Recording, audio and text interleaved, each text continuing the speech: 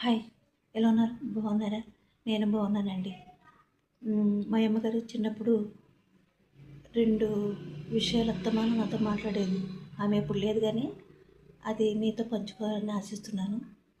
అయితే ఆ 2 విషయాలు ఇప్పుడు చెప్పనులెండి, భయపడకండి. ఇప్పుడు ఒకటి చెప్పి తర్వాత ఇంకోటి చెప్తాను. ఓకే.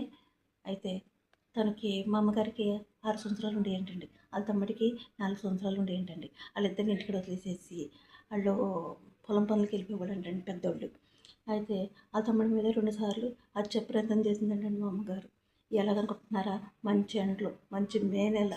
అప్పుడు ఇంత తారు ముద్ద తీసుకొచ్చేసి ఆళ్ళ తమ్ముడి నెత్తి మీద పెట్టిందంటండి. తలంతా వాసిపోయి, తలంతా దార్ల కింద అయిపోయి, మొఖమంతా ఇలా వాసిపోయి, అసలు పిల్లోడికి తలకి సంబంధం లేకుండా అయిపోయాడంటండి. అప్పుడు మా తాతగారికి కబురు తెలిసి వచ్చి ఇంటికాడ చూసుకునేటప్పటికి ఈవిడ జంపు. చక్కగా రంకులు రాటం, గుర్రం ఎక్కి రంకులు రాటం తిరుగుతుందంటండి ఈవిడ. కర్రిచ్చుకుని కొట్టుడే కొట్టుడు, కొట్టుడే కొట్టుడు మా అమ్మని.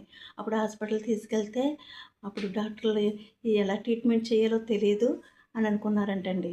ఆ గుండెంతా గీసేసి అప్పుడు అది అప్పుడు కిరసనాయిల్ ఉండేది కదండీ! ఆ కిరసనాయిల్‌తో అంతా క్లీన్ చేసేవాళ్ళు. చేసి ఆ పిల్లోడు స్పృహలో రావడానికి ట్రీట్మెంట్ చేశారంటండి.